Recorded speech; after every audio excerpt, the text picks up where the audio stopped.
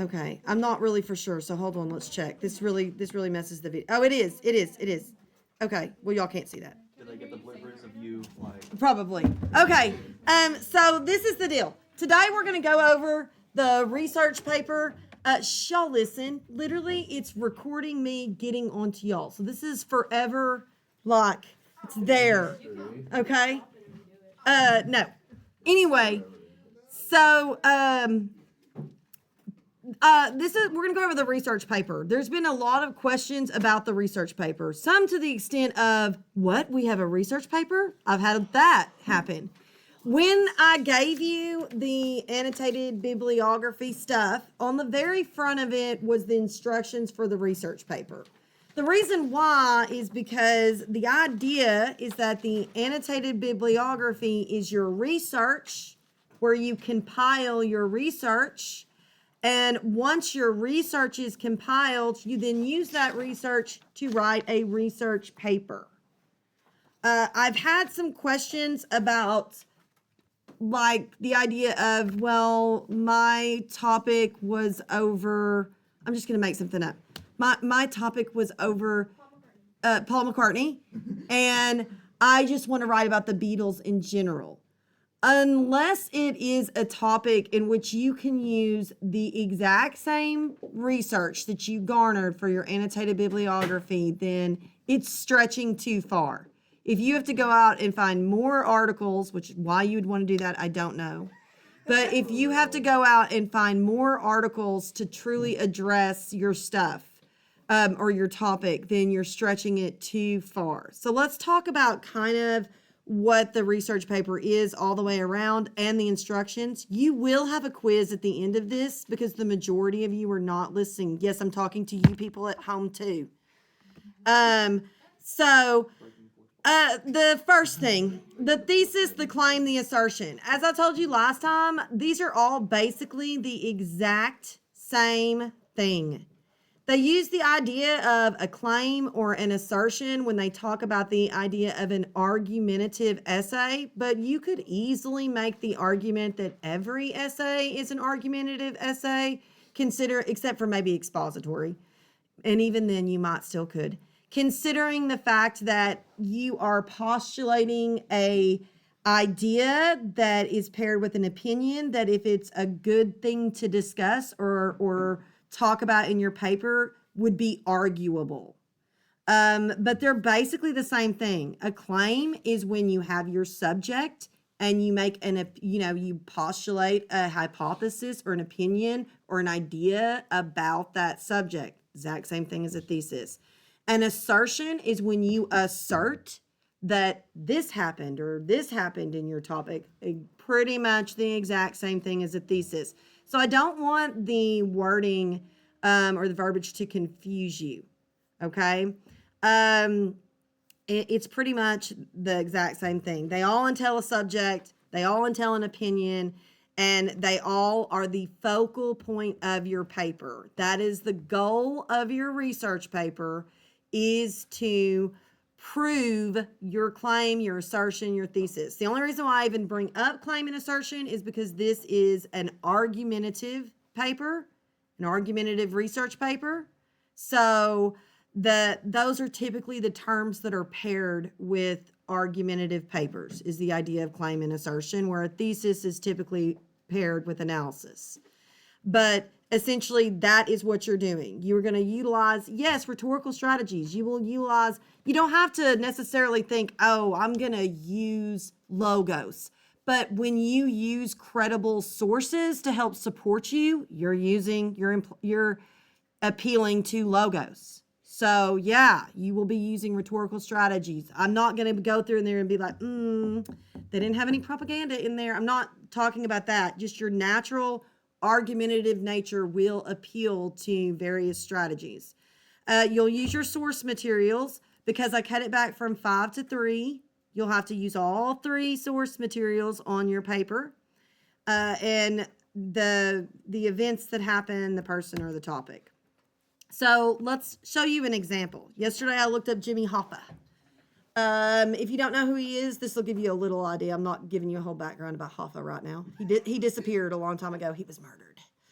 But nevertheless, so if I was did my research over Jimmy Hoffa and his appearance, I would probably argue as my thesis statement or my claim assertion that Jimmy Hoffa, the infamous leader of the Teamsters labor union, was murdered by the mafia in order to cover up the corruption and involvement in the union organizations. That would be my claim, my assertion. There is a little bit difference in this than the thesis statements that y'all are used to, right? We've talked about closed, structured statements. And if you notice, I don't have like a 3-point tier, okay? Typically in an argumentative essay, it's more open-ended, and then you go through and break it all out. Unless, of course, your professor asks specifically for closed structured, and then you just fall back on what you've done with me a million times. So let's talk about an outline, how to structure it. Obviously, just like normal, the first thing that you need is an introduction. This can be done in various ways, just like normal, okay? So you can introduce your topic. I would probably introduce Jimmy Hoffa and tell about his childhood. I don't know if I would go personally in depth about who Hoffa was, just simply because, I don't know, he's pretty famous. That's kind of like telling people who Elvis is. So, know your audience type of situation. But if you have one of the lesser known ones, for instance, Juan came in earlier and was like, he had the something Woolbit children, the green children of Woolbit or something of that nature.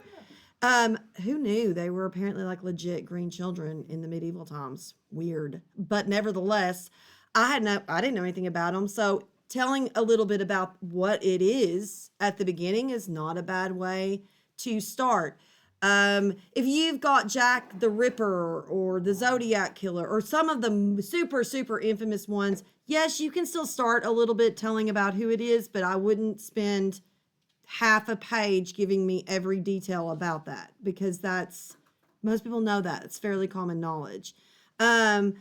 For me, I'll show you an example. I wouldn't necessarily start going in depth about who Hoffa was. Another way that you could talk about it is what most people believe about the topic. You could talk about conspiracy theories surrounding the topic, especially if you're going to go with one of them or refute one of them.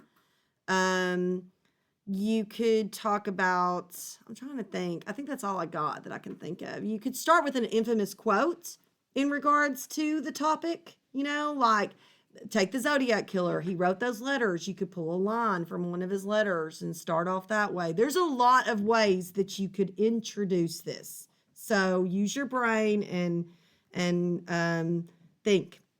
Then, of course, in your introduction, you have your thesis statement, your claim, your assertion. That should be the last sentence of your intro.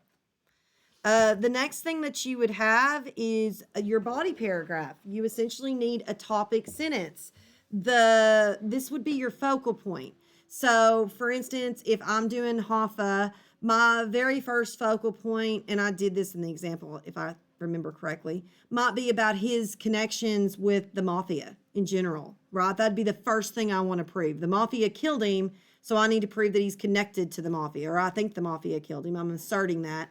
So I need to prove that he's connected to the mafia. My second focal point might be his dirty dealings within the union, why he was bad and might have caused issues, right? The corruption that I talked about.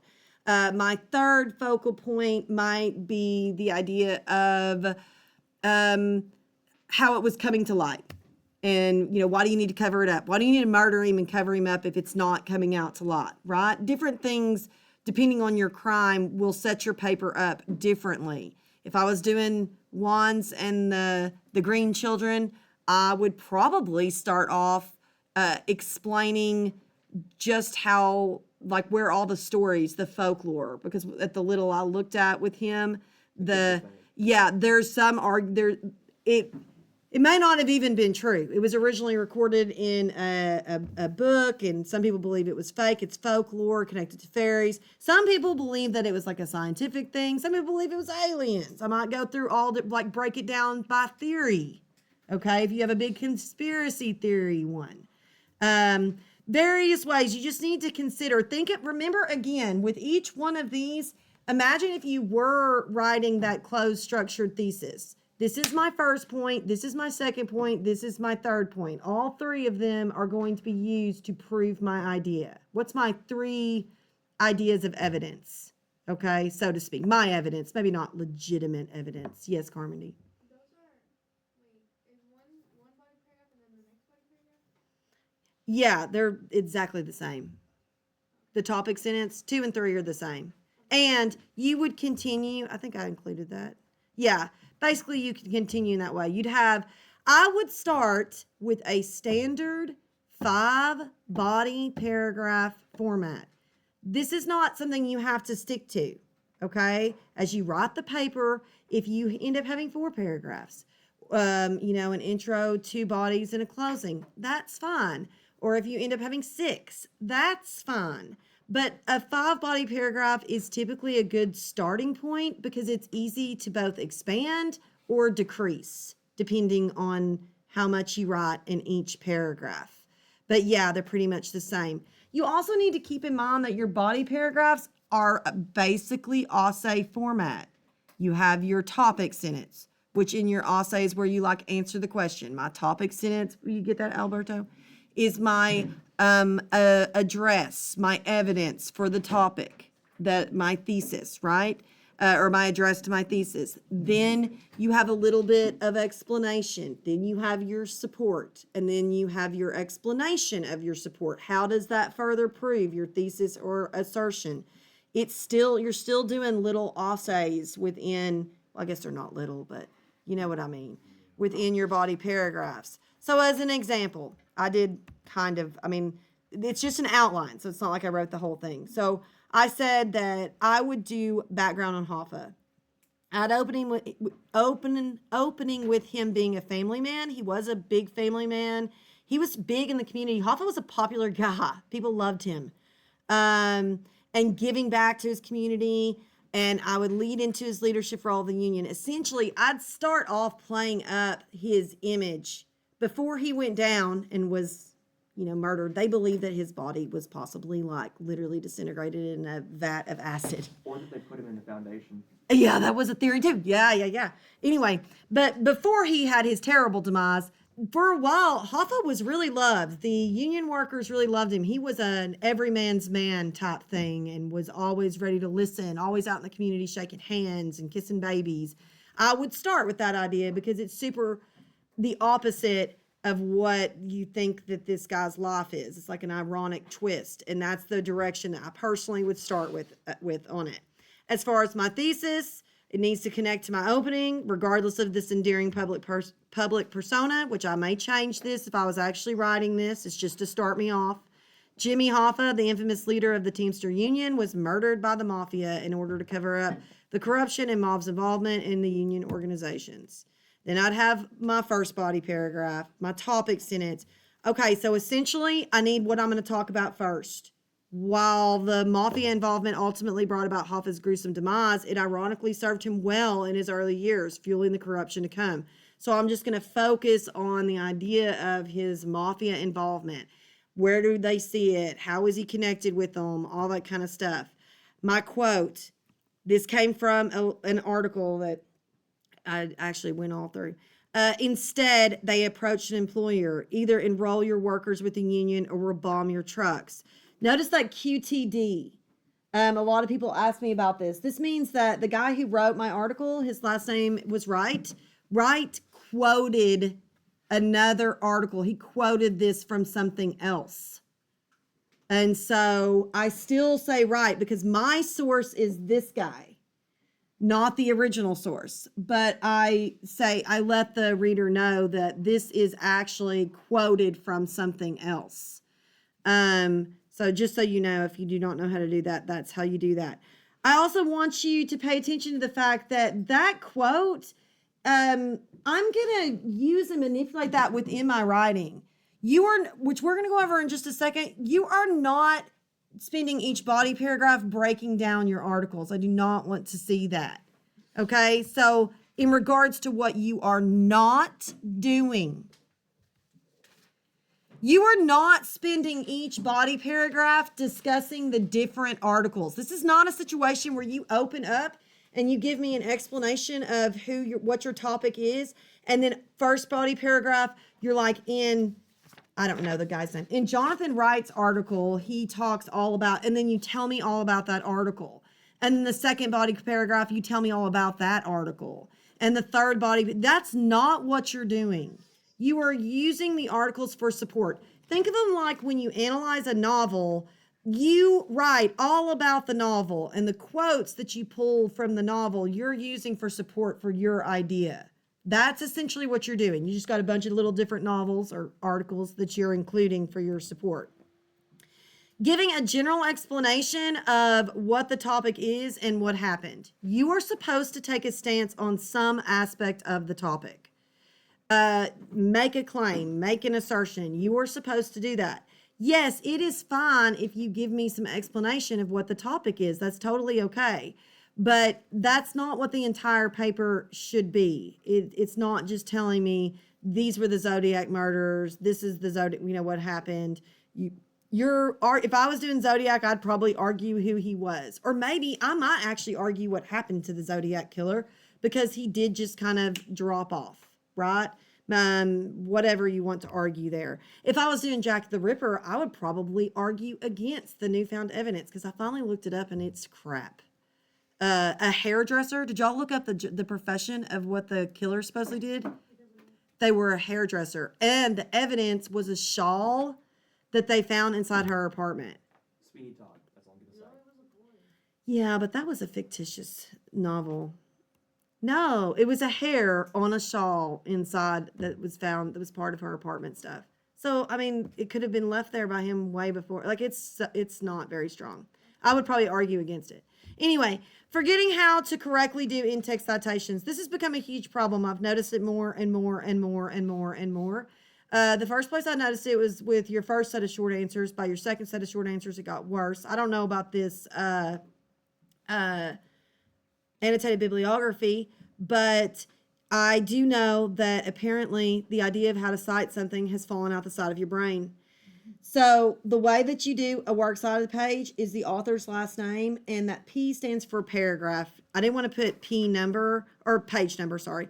I didn't want to put P number because so many people are now putting P period and then writing it out. So if I was the author, I would put open parentheses, I'd put Merriman, 5, close parentheses, the period comes at the end. Okay, that's how you do an MLA citation. If you have multiple authors, it can range depending on how many you have. So if you have multiple, most of the time you'd have 2, you'd put Merriman and whatever. If you have a whole lot, you'd list the first one in the citation and put ETAL period, and then whatever. It can range.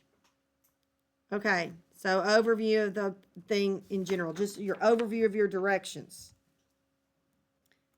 So it's supposed to be 3 to 5 pages. That 3 to 5 pages does not include the works cited.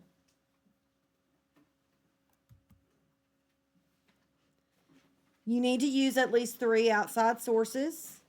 I would recommend, I'm not going to get on to you if you don't follow or take off, right? If you want to use 2 quotes in one paragraph and no quotes in another, that's fine.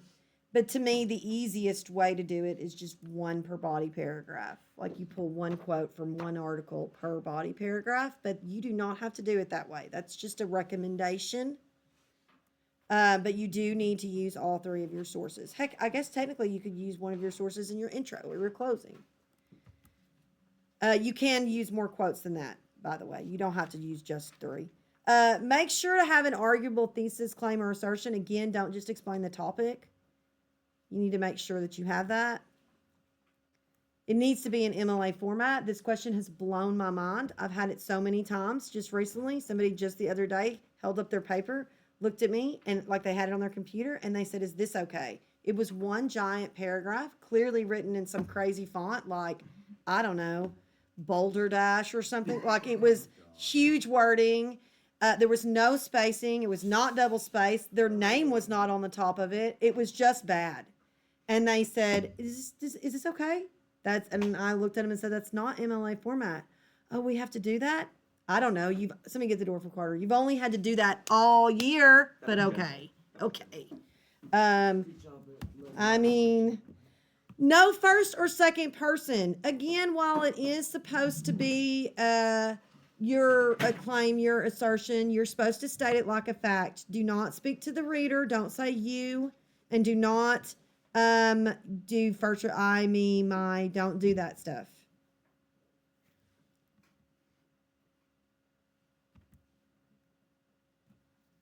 It's due on Blackboard Sunday, March 2nd at midnight. Obviously, this is different if you are in FBLA. FBLA, people, is due on Monday, March 3rd at midnight. No, I'm not going to put that actually up on the screen because it will cause confusion. So if you are an FBLA person, write it down.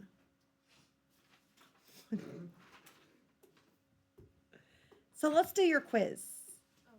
Did you pay attention? Everybody needs a blank sheet of paper.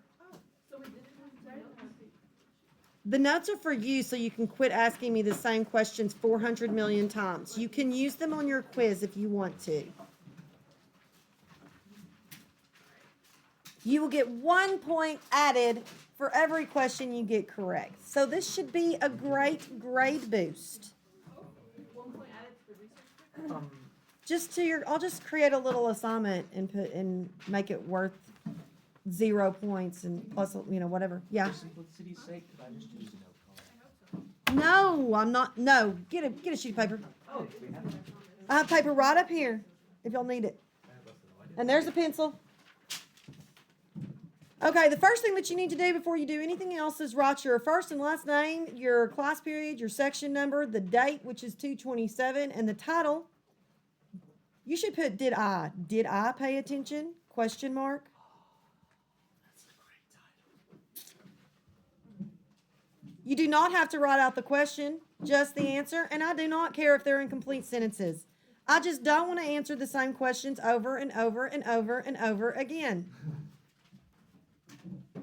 Are you ready? 1 second. This is going to be so hard. So hard. Sure. What's the difference between a claim and a thesis? It's hard stuff. I literally just told you. Did you pay attention? Are you smarter than a 5th grader? That's what it makes me think of. Except I was a lot of times not smarter than a 5th grader. And I don't think Jeff Foxworthy is either. Oh, we'll pause it. Okay. Number 2, y'all do not talk. List one of the things that you should not do in this paper. Not do.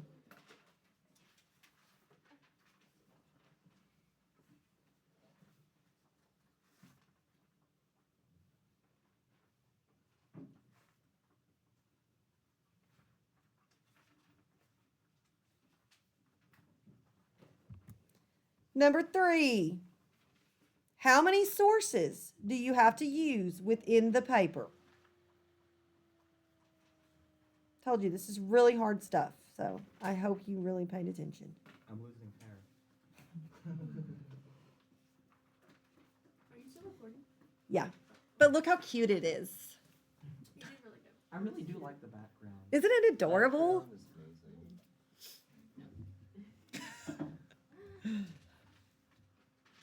Number 4, what are the length requirements for this paper? You have a minimum and a maximum length. What are they?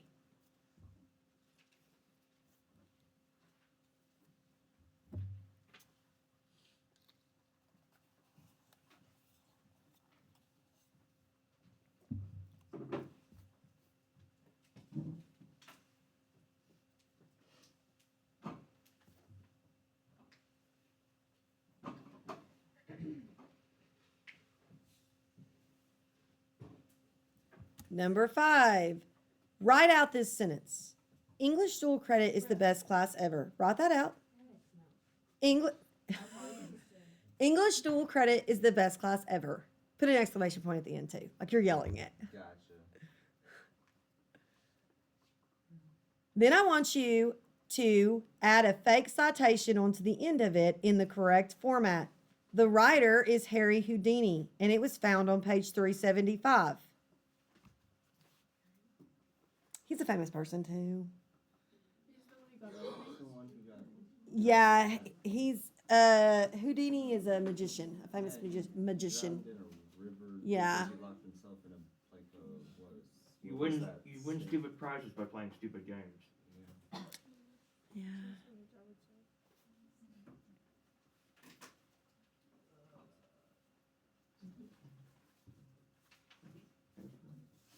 So did Houdini have you as a teacher, or He did.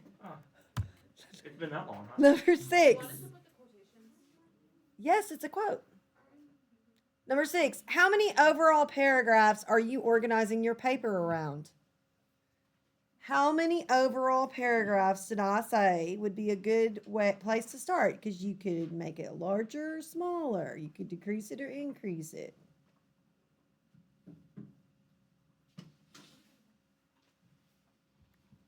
I need one of Maddie's clips. She has a lot of different clips. She does. She's such a. She has hundreds at the house. I'm not even I was like, playing. I'm sure she'd let you borrow one. Hundreds. She Hundreds. had like a skeleton one at a time. It was really cool. Yeah, she loves them. She is constantly. We'll go somewhere and she's like, "Oh, that clip has jellyfish in it." I'm like, I just don't even And understand. her big bragging right during band camp was, I have a hair clip for every outfit this year. And I was like, good job, buddy. She does. Number 7. What's the due date? And just the general due date, not FBLA due date. What's the general due date?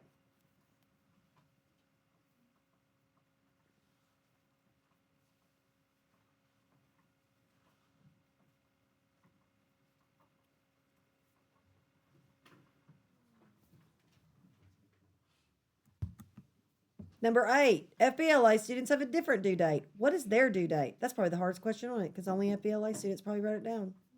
I remember.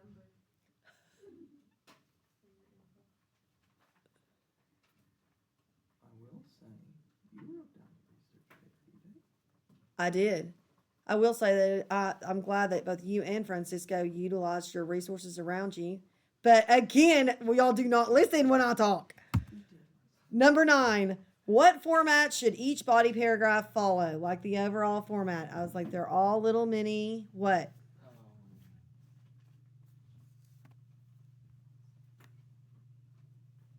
There's a weird space there too. It's weird space day. Not weird space day. I mean, there's space. on the That's wall, weird too. because, you know, I woke up singing that Ground Control to Major Tom. I woke up singing that because I watched Venom last night, which was so sad. Oh, the new one? I cried. I'm not seeing the latest one. I did. I did. It was sad. Number 10. If at some point you were confused about formatting, structure, paper length, citation, directions, or due dates, how should you get this information? Maybe this is the hardest question. Ask the teacher. I dare you to put that. I want to have hands after this.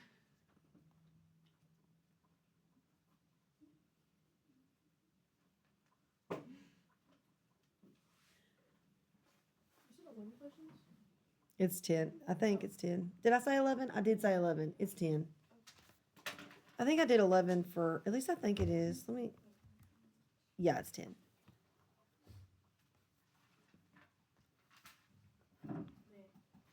Okay, we're going to stop the video for those people at home. Goodbye, people at home.